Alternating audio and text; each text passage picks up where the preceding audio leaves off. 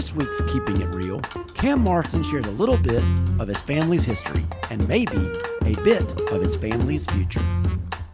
My grandfather, George Allen, wrote a weekly column in the Mobile Press Register from 1967 to 1975. He was chief of the Seafoods Division for the Alabama Conservation Department. He proposed the column after the many unsafe boating practices he witnessed. And after about a year, his columns meandered into personal stories and memories. The paper let him keep going. And even after moving to Atlanta, the Press Register kept his columns called Adventures with Old Cap. He died in 1979. I was about 10. I remember him, but we never really connected. In 1986 for Christmas, I received a collection of his Old Cap columns, which my uncle had painstakingly gathered, retyped, and bound. It's next to me as I write this. Post-it notes tagging my favorite stories, old family photos pressed into the binding, and my own early writing folded and included between the pages, hoping my grandfather's writing talent would somehow osmose into my early stories. Reading the stories today, I feel a slight connection with him. He references me as a baby in some of them, which brings a smile to my face each time I read them. My grandfather's oldest child was my mother. Mom had a column in the same newspaper in the 80s and early 90s. Hers focused on professionalism, business etiquette, and customer service. She also did short local TV and radio broadcasts at different points in her career, focusing on those same topics. My mother died about 6 months ago in early March.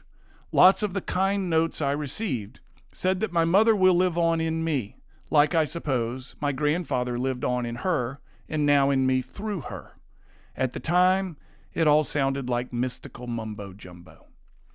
Singer-songwriter John Hyatt asks this: is it true we are possessed by the ones we leave behind, or is it by their life we are inspired?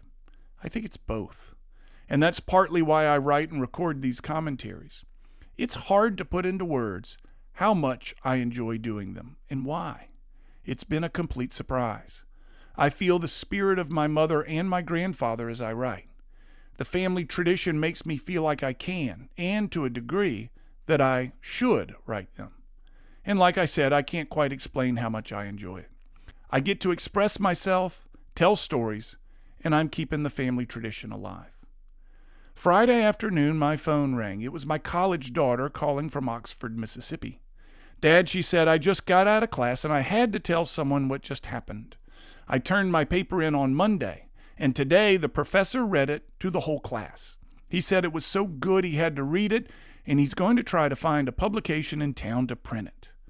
A lump formed in my throat, and I smiled so big. So did my mother, and so did my grandfather. I'm Cam Marston, and I'm just trying to keep it real. To hear more commentaries, search for Keeping It Real with Cam Marston on your favorite podcast app, or follow Cam Marston on social media.